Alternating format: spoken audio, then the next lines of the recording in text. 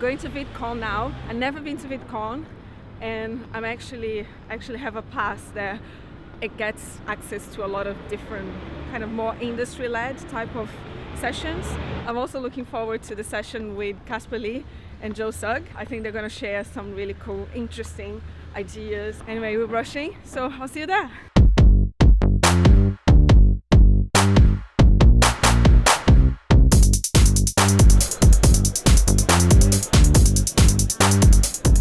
I'm in this meet and greet area, table number 10. The person who invited me to be here is not here. But okay, I have another meeting in 15 minutes, so I might just stay here and wait.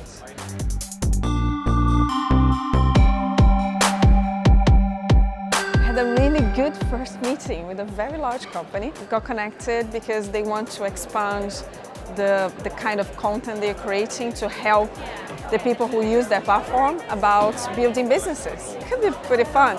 They are very, very early stages in the initiative internally, as a large company usually does, but it's a good opportunity. I like it.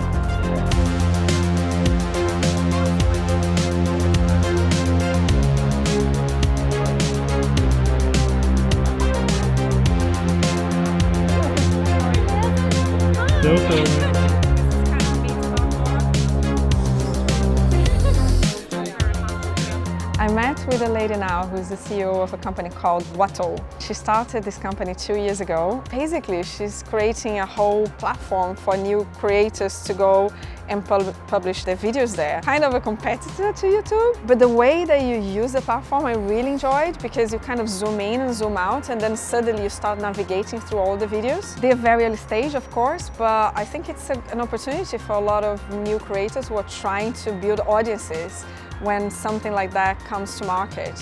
So yeah, so if you're starting out to create your content, I really advise you to talk to companies like that because they want good content and good content will attract good audiences. I'm not cheating on YouTube, but it's like, I think it's good to kind of spread your content everywhere. So yeah, very enlightening. I like that conversation.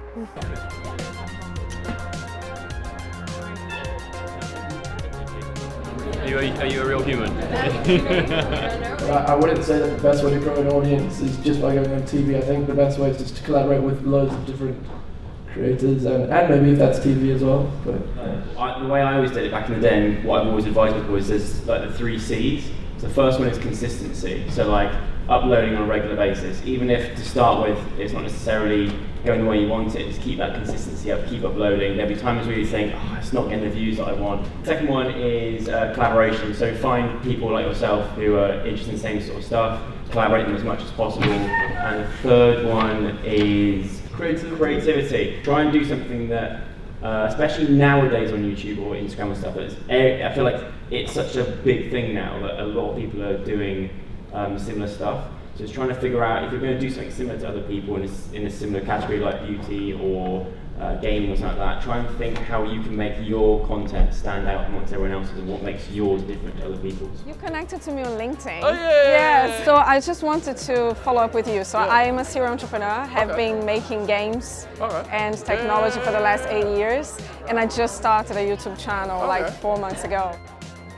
What I found fascinating about Caspar Lee's story is that he started doing something that he's totally passionate about, and now he transformed that into a business. I don't think he said, I'm going to be an entrepreneur, but he was like, I can make a business out of the things that I learned, out of this whole knowledge and my connections, and then help other people who are starting their YouTube channel right now to monetize their content, to have a wider audience as well. But what is fascinating is that he's got the most credibility to go and help other people because he's done it before. If there is anything that you're passionate about, that you find yourself doing all the time, just continue to invest in that because likelihood you're going to find an opportunity in the future to use that to your advantage and to make a business out of that. So as you can see, every skills that you develop are actually building blocks for you because it might be that those building blocks will take you to a path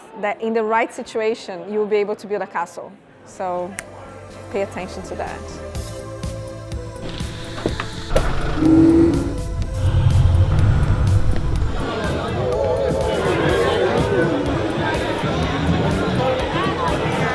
I used to see you on YouTube. While I'm here, I thought I would give you a few tips on how to do good networking with people. I think the first one is about upping your energy before you enter the room, because as soon as you enter the room, you want to be smiling and welcoming people to talk to you. Second thing is be curious, ask questions. People want to talk about themselves, and so when you ask good questions, they empathize with you and you start an amazing conversation. And third, I would say that have some alcohol so everything becomes more fluid. Make sure that you exchange business cards, or if you don't want business cards, just connect with them on LinkedIn or social media, Instagram, Twitter, whatever. You want to keep the connection with that person, especially if it was a mutually beneficial conversation. There's this myth that people are either an introvert or an extrovert.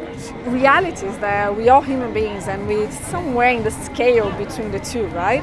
And some people are actually very comfortable to be extroverts, introverts sometimes, and they're called ambiverts. It's very funny because certain environments might trigger your extroversion and other environments might trigger your introversion. This concept of you one thing or another, it's a myth. We gravitate between the two, and I think if you feel you're an introvert, I think you're going to be surprised when you go to a place and an environment and go into a conversation with amazing people who you really connect. You're going to instantly become an extrovert, and you're going to see how that is going to energize you for the rest of the evening. If you're starting out, you think that you don't have enough opportunities to connect with people and to kind of expand your network and go into new things and new adventures that you never thought about. Say yes to VidCon if that's your thing. When you are open to serendipity, it means that you're actually connecting to environment, making sure that you get the best out of the people and the opportunities that arise in the right moment for you. Sometimes you don't know if it's the right moment, but you're there in the right place at the right time. So take this. Go for it. That's it for today. If you had any serendipity moment that you really appreciated happened to you, leave in the comments and make sure that you subscribe, hit the bell, and I'll see you next week.